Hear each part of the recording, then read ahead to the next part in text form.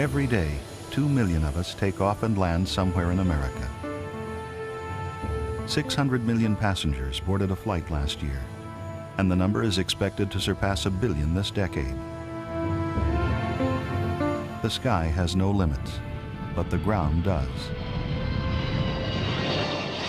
As airports struggle to keep up with the pace, the anxiety of flying increases. Although flying remains the safest mode of transportation, thousands of times safer than car travel, there are no small air accidents. Most cost lives. Logan Airport, October 12, 2000, 8 a.m. Bound for Chicago, Flight 123 takes off over Boston Harbor. In less than a minute, it will disappear from the radar screen. Airlines 123, carrying 120 passengers, departure on 50 right to Chicago. Aircraft crashed in the water approximately 1 mile off. All units responding. Coast Guard divers begin the search for survivors. At the airport, a command center is set up.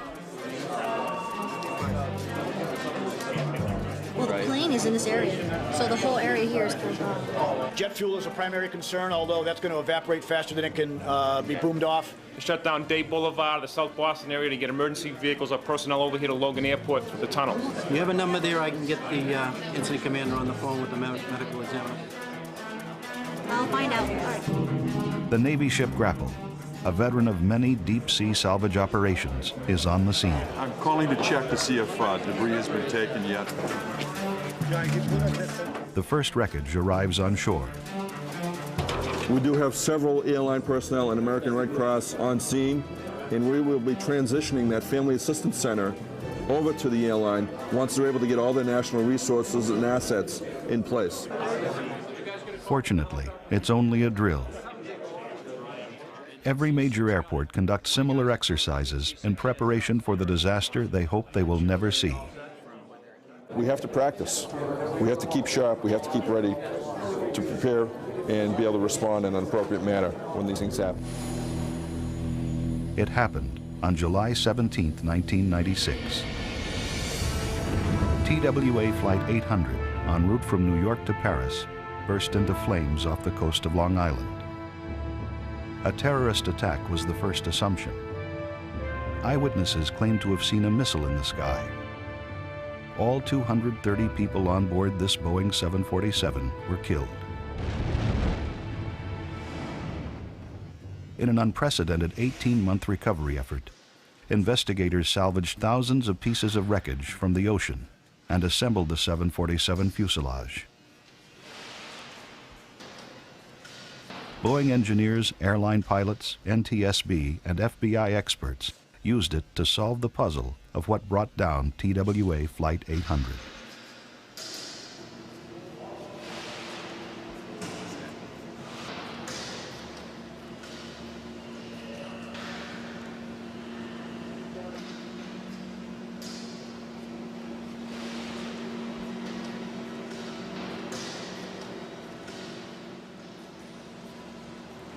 The explosion that broke apart the airplane occurred in this center wing tank, which is this area that goes from approximately here forward to right up in here, the area of the forward spar.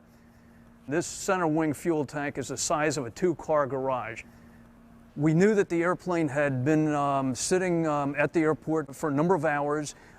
In a very, very warm day. The temperatures were, I believe, in the upper 80 degrees. Located under the center fuel tank of the Boeing 747 were 2 air conditioners cooling the aircraft as it awaited takeoff.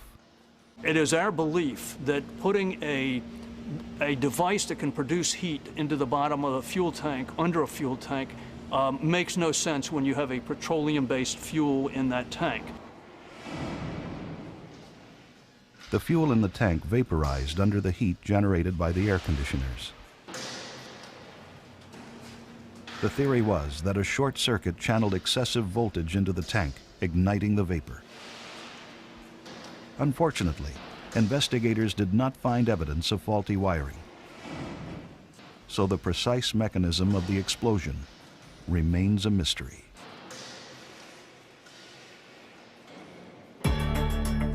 At Boeing, the goal is to build a perfect aircraft.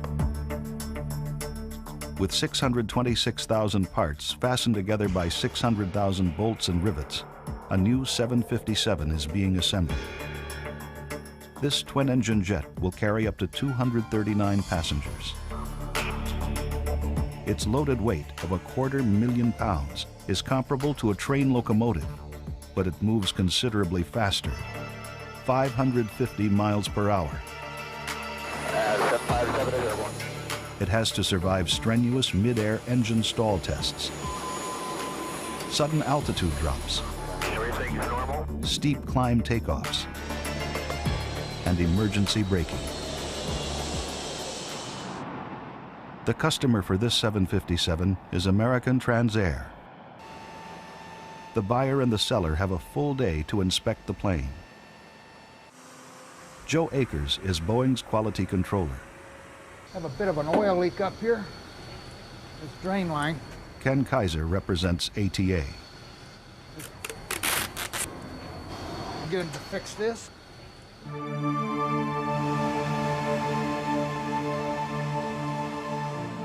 Together, they look for the smallest oil leak or loose electrical connection, which could jeopardize the safety of the aircraft.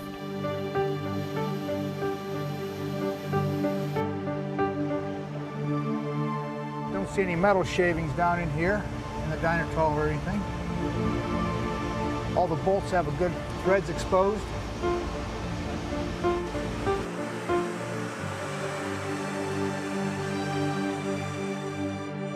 Captain Bruce Jacobs came to ferry the new aircraft to Chicago, where it will pick up its first passengers. The 757 is among the safest aircraft ever built. Redundancy is the key.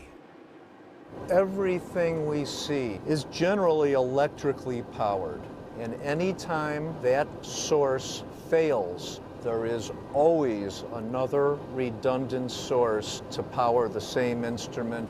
We have 5 sources of electrical power that'll power the whole aircraft.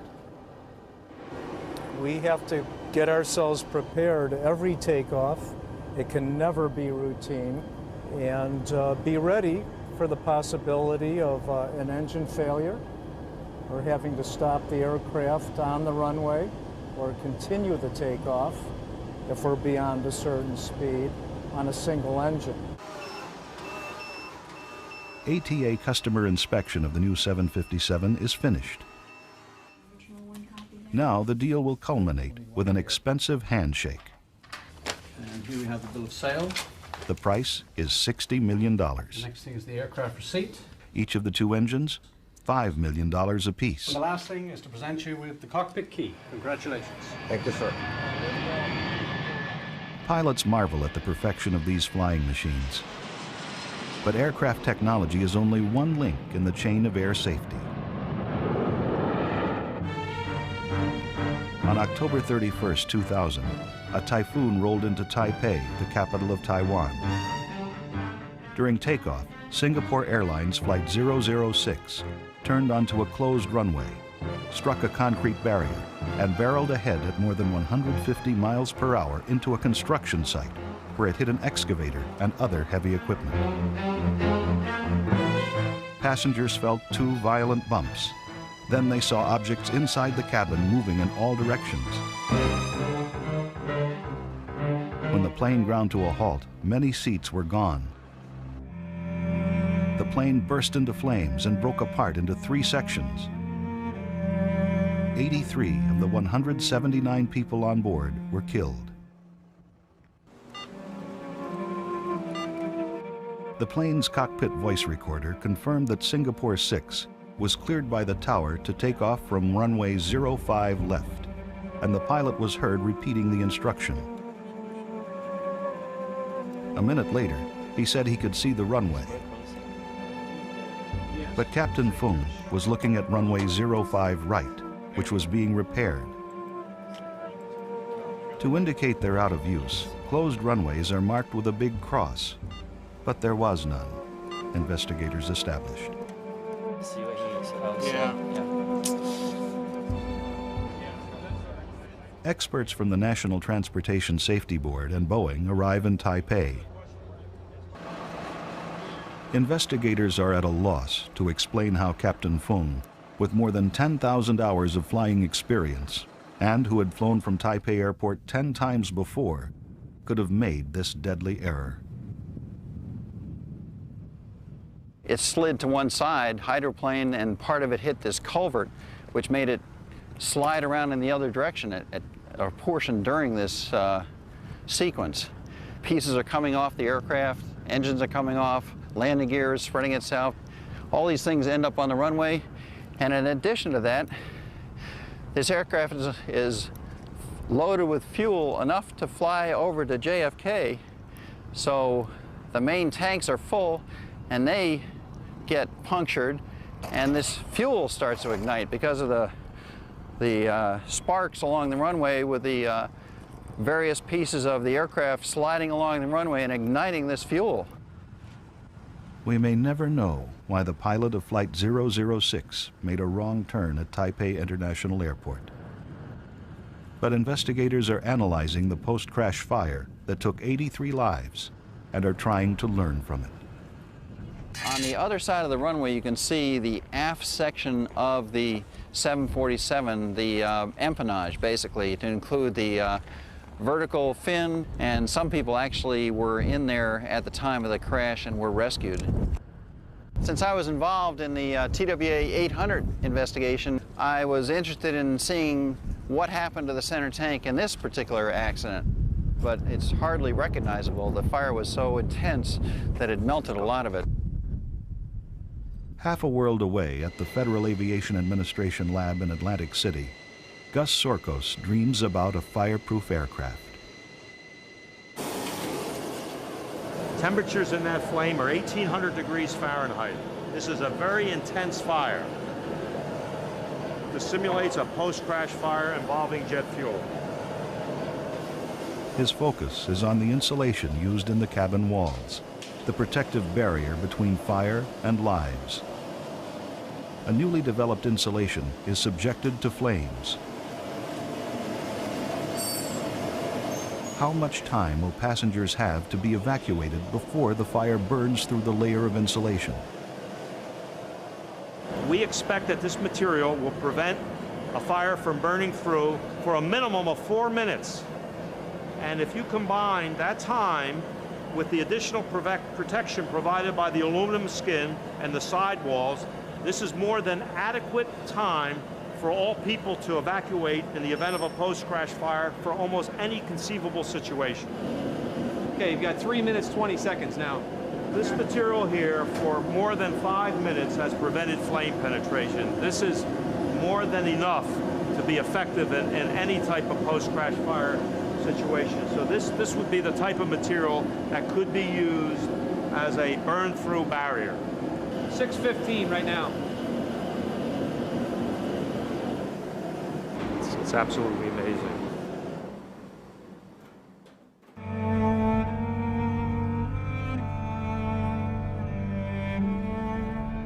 Back in Taipei, experts turn to questions of survival. Their focus is on the rear section of the cabin, not affected by the fire. A upper was failed, B upper was failed, and C lower was failed. During the impact, the overhead storage bins came crashing down onto passengers sitting in the center aisle.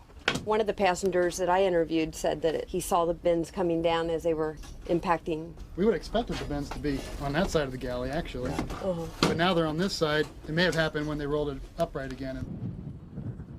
The role of crash investigations is not only to find the cause of the accident, but also to suggest new directions in air safety research. Any excess on this one's here. Any excess on this one's over here. At the FAA Tech Center in Atlantic City, drop tests are performed to test improved overhead bin designs. If we go much above 25 Gs, I expect that bin to fail. So it depends on the G level, whatever we achieve. and this will probably be somewhere around 20-25 G. The 10-foot fuselage section will be dropped from a height of 14 feet. 3, 2, 1.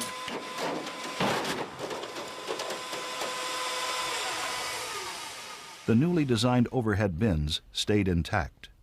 The instances where we've seen problems with overhead storage bins have been those kinds of crashes that were very, very severe.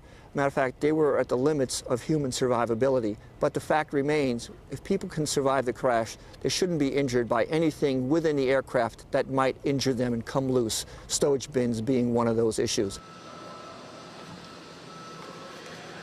At the Oklahoma City FAA Civil Aeromedical Institute, another aspect of crash survival is tested. Dummies outfitted with electronic sensors are used to test the crash worthiness of seats. At impact, when passengers are strapped to their seats, surviving or avoiding injuries may depend on the seat's design.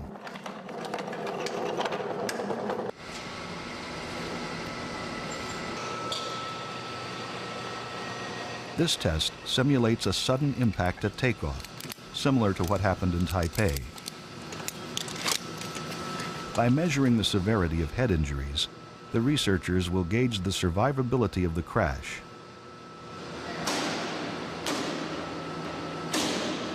High-speed cameras record the event.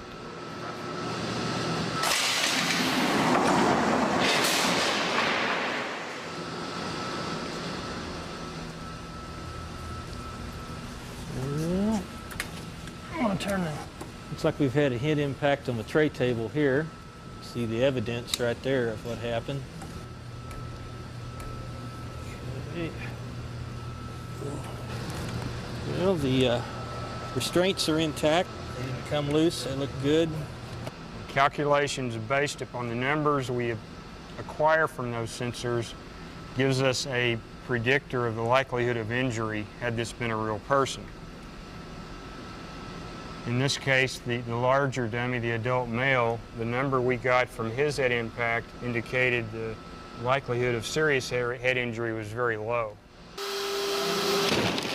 Specialists at the NASA Langley Research Center impact small airplanes in order to study their crash worthiness. Improved technology and better human skills are crucial in accident prevention. But it takes an airline to orchestrate both elements.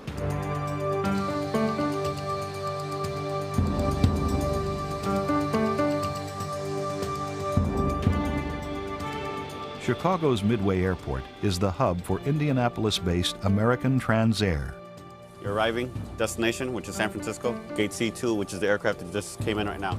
With 100 daily arrivals and departures from its hub, ATA is continuously training new ramp personnel.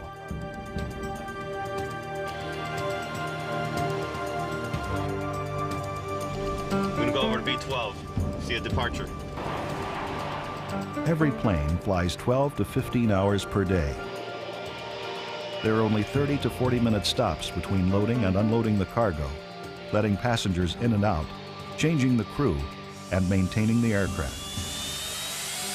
The ramp operation is an art of choreography. If you notice, he's opening the door. You're going to try getting the belt loader. The belt loader's going to come over here. We're going to start working on it.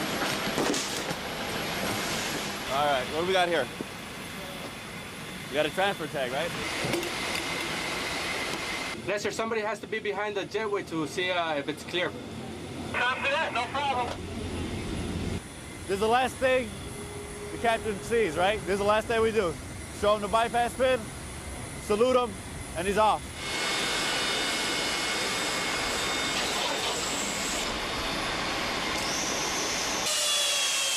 The ramp is so dangerous out there that we have to make sure that everyone is in their position when it gets in. If they're out of position, then we could have an incident where a bag cart is actually sucked into an engine.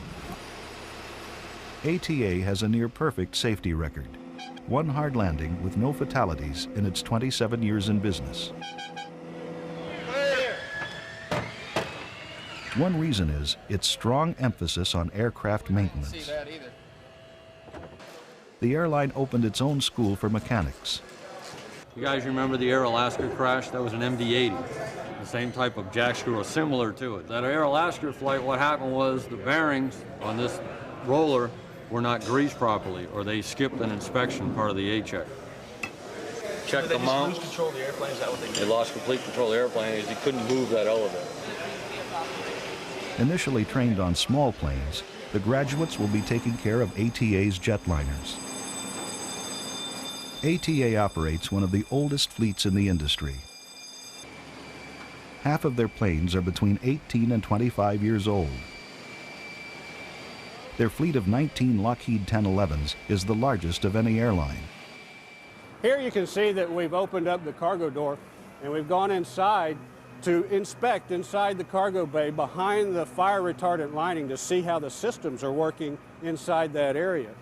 Over here you can see that we've opened up the top of this engine. It's called the pylon, and we're looking at the air ducts and the controls that run down there into the engine to see what kind of service they're in. We've also opened up the leading edge of this wing so that we can look at the ducts that run down the wing and the wiring and the cables that run there to see what kind of condition they're in. Here in this panel are all the connections for where the engine and the airplane meet. We're going to look inside here to make sure that everything is in the right position, that we don't have any leaks, that there's no chafing on the wire. We're also going to look out through the pylon here where they run down on top of the engine. In the 70s, these wide-body jets were considered the most advanced of their time. The government does not limit the age of commercial aircraft. They simply must meet FAA safety standards. And since the L-1011's design is still impressive, it makes sense to essentially rebuild the aircraft every 3 to 5 years. This is the front part of an engine that was found during one of our inspections to have damage. We've now cut the damage out and we're getting ready to replace this damage with a new piece. Mechanical problem in San Francisco on 190. Delays are every airline's headache. Last year, a quarter of all flights nationwide were delayed. 778 in Cleveland has a flap lockout problem. He has done a gate turn back. He's already approaching 2 hours delay. When a congested airport pairs with bad weather, it has a domino effect on airline operations. Our morning has started off rough with LaGuardia again. Over the last couple of months, we continue to have problems with overcapacity at LaGuardia, and combined with that with low ceilings and weather. I don't think cancellation is really an option. I think the loads are too high for us to look at cancellations presently. Yeah, I think we're going to have to stay with the delays, obviously, with an 89% load factor. There's no way we're going to be able to cancel. Rebuilding the normal flying schedule following a disruption can be a challenge.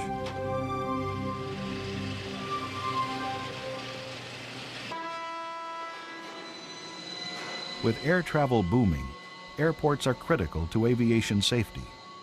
Larger aircraft put more weight on runways, causing deterioration of surfaces and danger of accidents.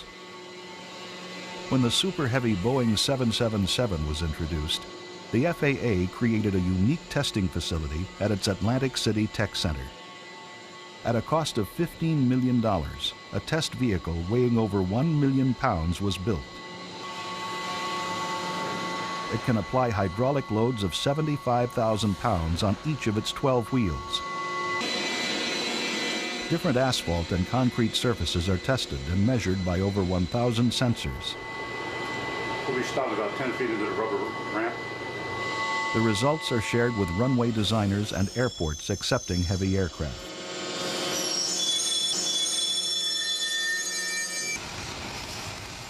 In Oklahoma City, the FAA has a fleet of 33 aircraft policing the world's airports.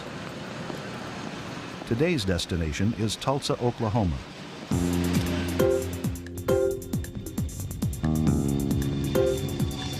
First, they check the strength of the airport's navigational aid signal.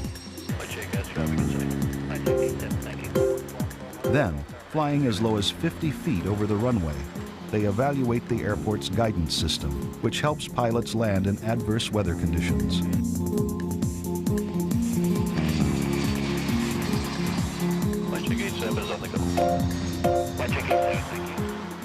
In a year, 20,000 flight hours are spent inspecting airport standards. Flights look good, Tower. You can secure them. Okay, stand by for your marks.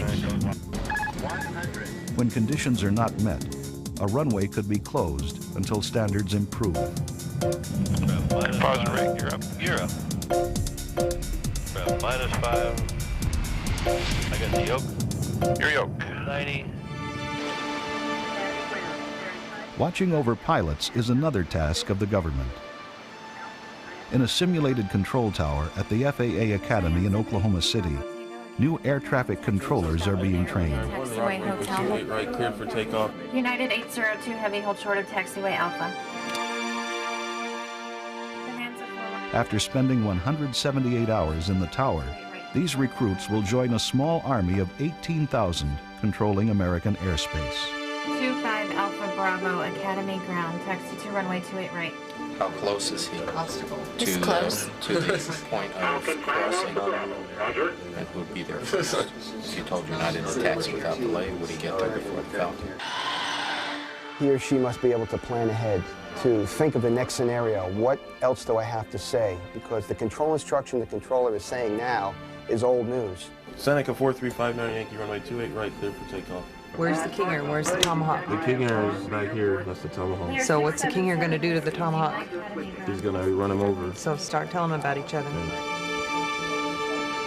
Crossing complete at Bravo. Runway 16 at Bravo. Delta 40 speed 250. Some of the new controllers will work at facilities called TRACON, tracking en route traffic. Up to 6,000 commercial aircraft fly in American airspace at any given moment. Northwest 91, reduce your speed to 250 knots. The world's flying space, with its vertical and horizontal corridors, has been divided between these radar installations. The key word is spacing. 48, maintain 310 knots for intra spacing. The Delta's a little bit closer to the second one in line, so I've reduced them to 280 to increase my spacing for number 3. Throughout its entire flight path, the plane is passed from one air traffic controller to another until the destination tower guides the pilot to landing. But radar controllers cannot always guarantee air safety. This was dramatized by the wave of sky terrorism that started in the 70s and intensified over the next decades. The face of a TWA captain held at gunpoint by a terrorist in Beirut became a symbol of danger for commercial aviation. In the mid-70s, X-ray machines were installed at U.S. airports to detect the shape of objects inside a suitcase. May I assist your bag? You mind if I rerun it? In the mid-90s, the government created new standards for screening and supplied airports with some 2,000 improved machines. Have you ever wondered what happened to your suitcase lost in travel and unclaimed? It landed at this Atlantic City warehouse. Here, Dr. Eric Niederman, who runs the FAA Security Lab, plants various threats in randomly chosen pieces of luggage. All of this is a secret to a team of screeners who will join him in his study of how effective the current screening machines are. This is a simulated pipe bomb. Today's suitcase, with its maze of densely packed electronics, creates new challenges for screeners. I don't know what this is. It's pretty dark. It looks like it has 3 things, maybe a battery or something. There's some shoes here, boots, and next to one of the boots there appears to be something with a lot of wires wrapped around it, and it's very dense because it's blue. The orange in the background represents organic materials. Now an explosive would generally come up as very dark, very dense organic, and so it would be a very deep orange block. The blues and greens represent metals, and the denser or more metallic an object is, it becomes darker until it almost becomes black. Pair of glasses. There's more pipes and oil filters and what looks like auto parts. Let's see what we have. Yep. Here's one pipe. It obviously isn't an explosive. You would usually see wires and a very small initiator that would be somewhere in the center of the explosive. The screeners must have skills of object recognition, attention to details, information processing, and decision making. Does that bag look all right? What's that? It's the color of those, but... Right, good eye. That looks like it could be a knife. But what makes it hard to see is the outline of the bag has a metal frame, and the knife is in the middle, near the metal frame. Wow. Good eye.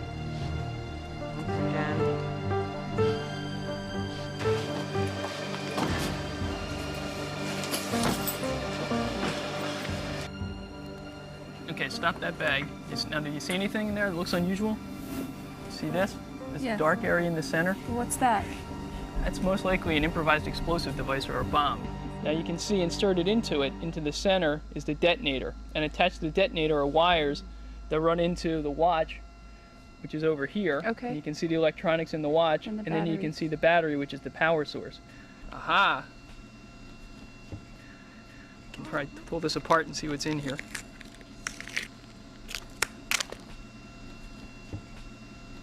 Okay, what you have is an explosive. This is what you saw as being very dense and packed. This is a simulated explosive, and it's in one shoe, and it has a detonator that's inserted into it to initiate the larger charge.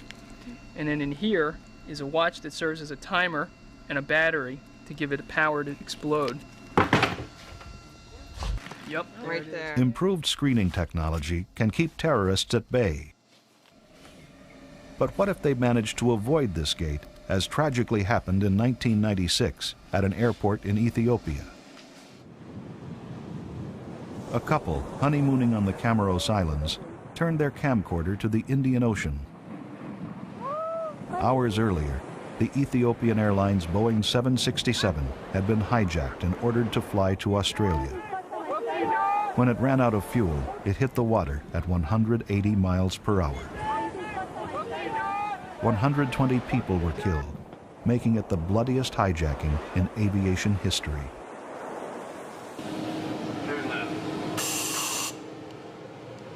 In the never-ending effort to thwart the threat of terrorism, researchers at the FAA enlist new technologies. The idea behind this portal, it blows air on the front and back of me, and these puffers will blow on me to dislodge any particles, and if there's any explosive particles, they're collected at the bottom of this portal. To test prototypes of new security portals, people are planted with traces of bomb-making materials and explosive devices.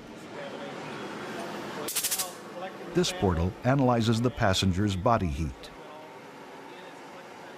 This individual was contaminated, and when he stands in the portal, due to his metabolic heat that comes off of his body, the heat rises. This is called a thermal convection plume, and it rises above his head and is analyzed above his head in a screen.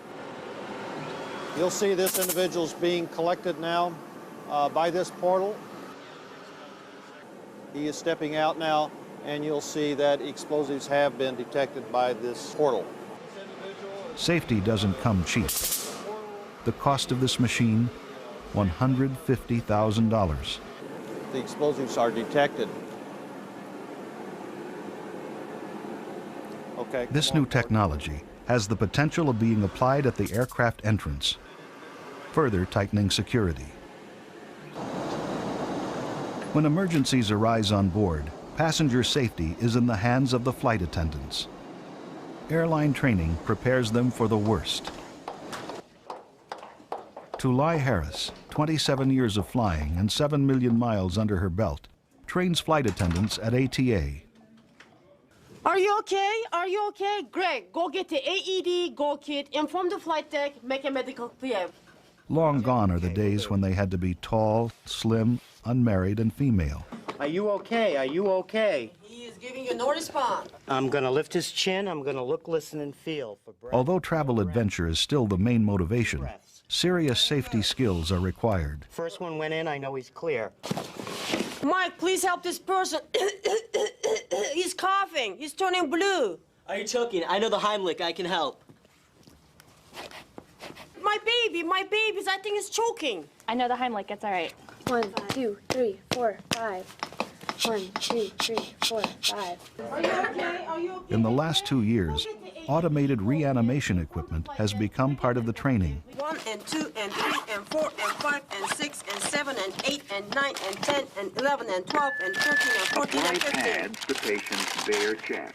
By following recorded medical instructions, it allows flight attendants to deal with in-flight cardiac arrests. Start CPR. Pads. Plug-in connector. Analyzing heart rhythm. Do not touch the patient. No shock advised. It is safe to touch the patient. 1 and 2 and 3 and 4 and 5. Captain, this is Sue in the lower galley. We have a fire in oven number 6.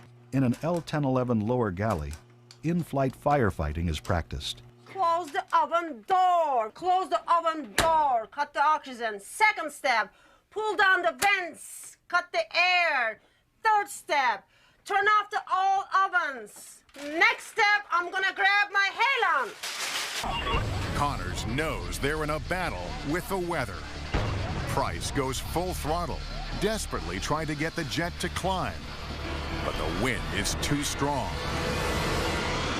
Coming up, deadly winds hammer Delta Flight 191 into the ground. What I asked God to do that day was, God, don't let me die.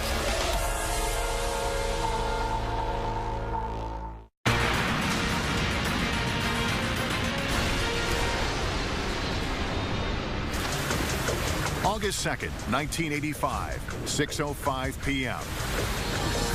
Just a mile short of runway 17 left at Dallas-Fort Worth Airport, Delta Flight 191 is caught in an extreme downdraft from a thunderstorm. The jet is flying dangerously slow and losing altitude fast. In the cockpit, First Officer Rudolph Price goes full throttle, trying to climb out of trouble. But it's too late.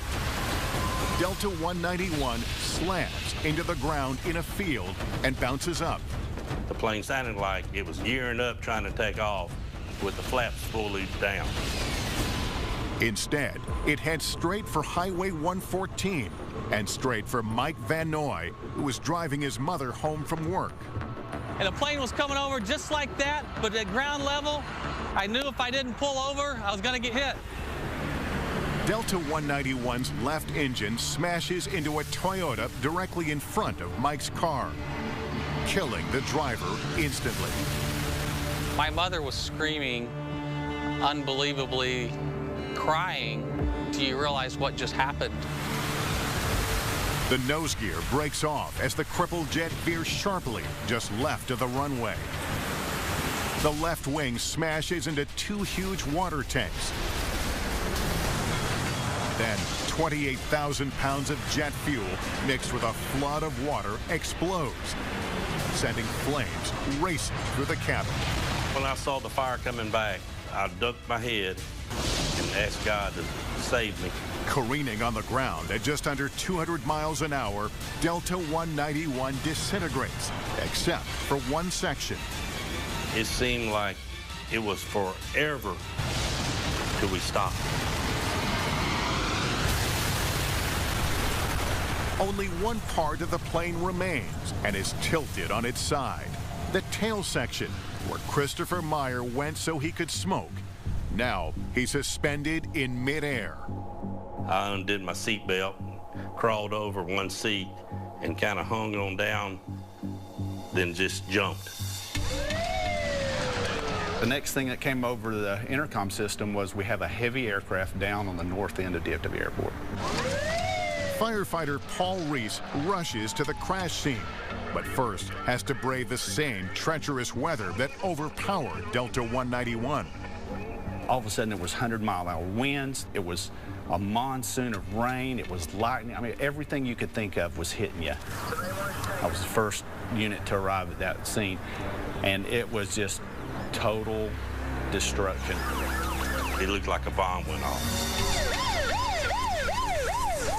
Survivors are confronted with a grisly scene of lifeless bodies.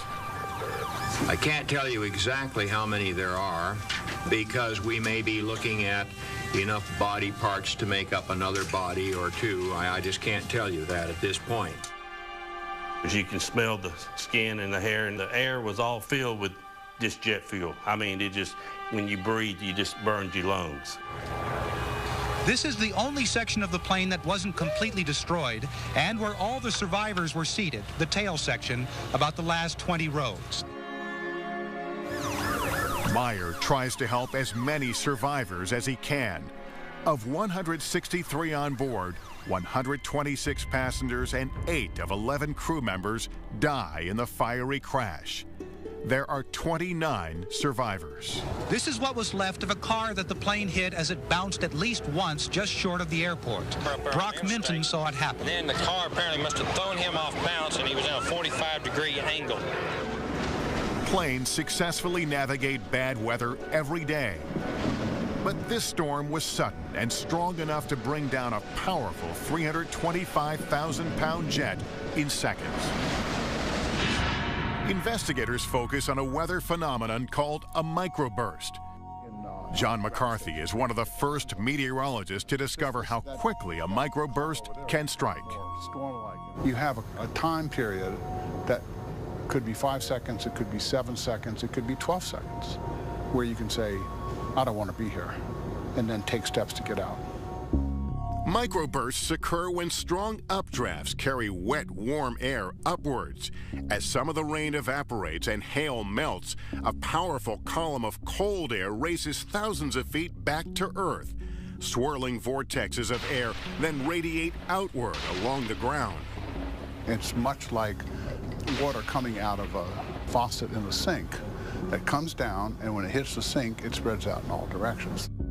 As Delta 191 flies into the microburst, powerful headwinds increase its performance and speed. Then, downwinds force the jet closer to the ground and slow its speed. Tailwinds decrease its performance and slow it further. Air vortexes deliver the final crushing blow. Once you fly into the increasing tailwind and you're into that column of air that's descending very rapidly, you need to get every bit of lift out of the wing that is possible. If you can keep the airplane flying for those few seconds, you come out the other side and the airplane climbs away. Microbursts are surprisingly common. It's estimated they occur in 1 out of every 5 thunderstorms, and they are surprisingly powerful. The judgment of where a thunderstorm is or what it is will always lie in the cockpit.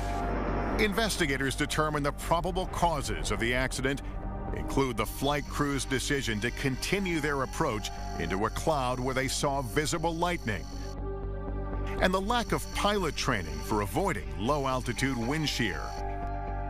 Delta disputes the NTSB's findings. Another determined cause, the lack of definitive real-time wind shear hazard information. Delta 191 is a turning point that leads to major safety improvements in severe weather detection. Doppler weather radar on board and the enhanced ground proximity warning systems are 2 of the great advances in aviation safety in modern times. Until we got Doppler weather radar on board, there was no way for pilots to assess the potential severity of a microburst. Doppler radar on board jets and at most major airports has led to greatly improved safety statistics. There has been only 1 commercial wind shear-related crash in the U.S. since Delta 191 smashed into the ground in Dallas. Wind shear, wind shear. And today, it's mandatory training for all pilots to, quote, fly Delta 191 on simulators, which teach them how to escape a weather disaster. We have better training for pilots, better recognition skills, better tactile skills as far as how to handle the aircraft performance, and then better onboard systems to give the information to the pilot that, hey, look, there's a potential for a wind shear, be prepared. I'm still quite amazed that there's many survivors, as it were. If there's anything fortunate about this accident, it's the number of people who got away.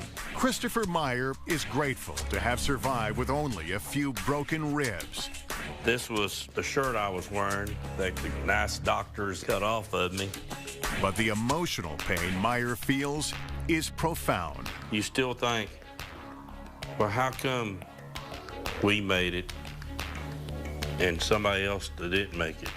Because the guy sitting next to me and the guy next to him, they didn't make it. Coming up, in the throes of a deadly storm, a jet hurtles off the end of a runway, and a raging fire breaks out. I saw this massive explosion.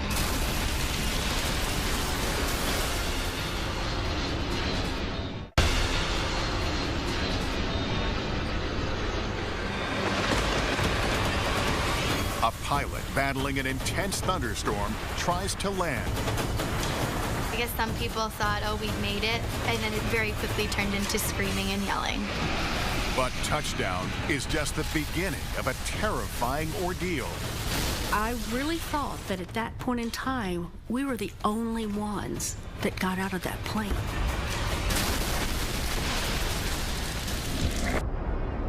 August 2nd, 2005.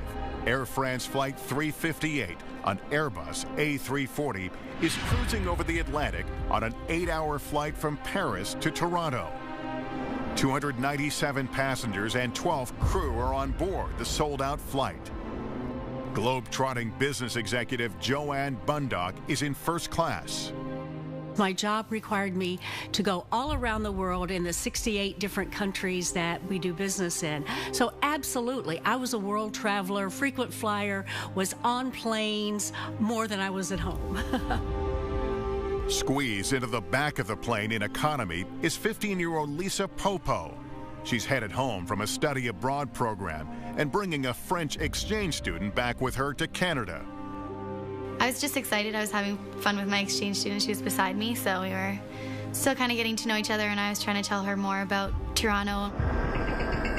As the plane closes in on Toronto airspace, the radar shows a line of violent storms headed straight for Pearson International Airport. Fierce thunderstorms moving through the airport area. Thunderstorms. A weather alert sends ground crews scrambling for cover. Everything was fine until we really got to Toronto and approached the city, and the pilot came on and said that there was a thunderstorm. There was a major thunderstorm in Toronto, and we were going to be circling a while before we could be cleared to land. After circling for 20 minutes, the alert is lifted, and Air France 358 is cleared to land on runway 24 left. But as the plane begins its final descent, the intense storm Captain Alain Rosé and First Officer Frederick No had been trying to avoid is straight ahead. The descent was very dark. You could see the rain hitting the windows outside of the plane. Kind of thought, oh, maybe we're diverting. Maybe I'm not going to be landing at Pearson. With visibility deteriorating by the second, the pilots are unable to spot the runway ahead. Finally, at 2 miles out, they see it. I cinched up my seatbelt a little tighter because we were probably either going to do a very hard landing and stop very quickly, or we were going to do a missed approach. First Officer No increases the jet's power to overcome fierce winds. In the heavy rain, visibility drops to near zero. The jet's out of position, higher than it should be. Suddenly, the wind shifts from a headwind to a tailwind, speeding up the aircraft even more. The shift pushes the jet further down the runway. Everyone was kind of bracing down for impact. Runway 24 left, the shortest runway at Pearson, has little room for error, even in the best of conditions. Today, it's slick with rain. 24 left at Toronto is not a grooved runway, so that in heavy rain conditions, hydroplaning would be a significant issue.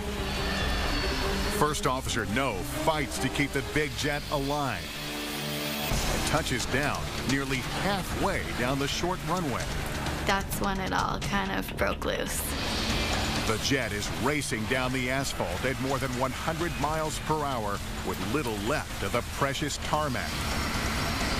I was thinking, well, we should be slowing down, but there wasn't a lot of slowing down at that point. 12 seconds go by before pilots reverse the thrust of their engines to help slow down the jet. But it's too little, too late. Flight 358 runs off the end of the runway at 90 miles an hour and careens out of control. I saw luggage falling from the overhead, and then it very quickly turned into screaming and yelling. The plane tears through a metal barrier, bouncing so violently its engines gouge the pavement. You could feel yourself almost leaving the seat of the airplane.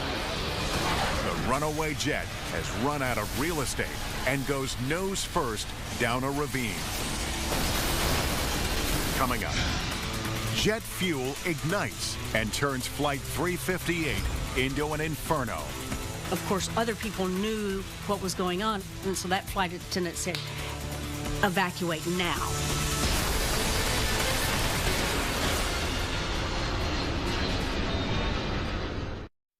Rainstorm and has landed halfway down the shortest runway at Toronto's Pearson International Airport. At 90 miles an hour, the Airbus A340 can't slow down and barrels off the end of runway 24 left. The only kind of way to really describe it is like being on a roller coaster. It was just constant bumping. The jet tears across grass, gravel, and barriers and plunges down a ravine. It finally comes to stop in a nearby creek. We stopped like we were hitting a tree. Tension turns to relief as passengers realize the plane appears to be intact. There was an announcement on the PA system saying, everything's fine, don't panic. But just as they let down their guard, disaster strikes. Leaking jet fuel ignites and begins burning through the plane's hull. Everything smelled like this burning electrical equipment and burning fuel. Of course, other people knew what was going on, and so that flight attendant said, "Evacuate now. Get out of here now." Within minutes, Fire Chief Mike Figliola and his crew reach the crash. They're confronted by a horrific accident. The tail section up in the air, and the rest of the fuselage was down into this ravine. The fuel had run out and was feeding the fire and ignited all the luggage and the cargo in the belly of the aircraft. First-class business traveler Joanne Bundock rushes toward the front exit because she knows every second counts. When that door did open and it was nothing but black smoke outside, oh my gosh, it is a lot more serious. You have the jet fuel, which burns like a kerosene, burns very fast, very hot, spreads rapidly. It doesn't take long to burn through. As the fire rages, passenger Lisa Popo's friend is paralyzed with fear. She kind of froze, thinking that I'm not going to get out of here. Joanne and Lisa know if they're going to get off the plane alive, they need to escape now. It was a clear run to the back of the aircraft, but I just kept going, like, you got to keep going. Don't stop. We're getting out. Broken evacuation slides, burning fuel, and smoke block 4 of 8 emergency exits.